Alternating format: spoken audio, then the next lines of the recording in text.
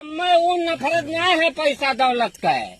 जितना दिल्ली में तू कमाए हो ना उतना बम्बई में हमारे भैया कमाए धरे है। हाँ, घमंड तो है। हाँ, मूता वाली बात नहीं है। आज जितना हमारे अम्मा हमें बेइज्जत की ना उतना अगर हमारे अम्मा हमें पैसा दे दी होती ना तो आज लाखों करोड़ों का आदमी होते और लाखों करोड़ों का बिलोरो चलती मर्दे। नहीं, हमें मुकदमा नहीं लड़क है। मुकदमा से हम बहुत दूर रहा चाहिए था। होटल दुकान से बहुत दूर रहा चाहिए। हमें बस खाली एक ही चीज का खुशी है, ईटा पाथर हमारा आ जाए बस। उसके बाद घर बन जाए, प्लस्तर हो जाए। उसके बाद साण चाहे अपने भोसड़ा में जाए, चाहे पेड़ पौधा हमारे आवे, चाहे पेड़ पौधा उनके में जाए। बस इधर तो हम आज ही दे देबो का तेल पेट्रोल भरवाई देबो। हाँ।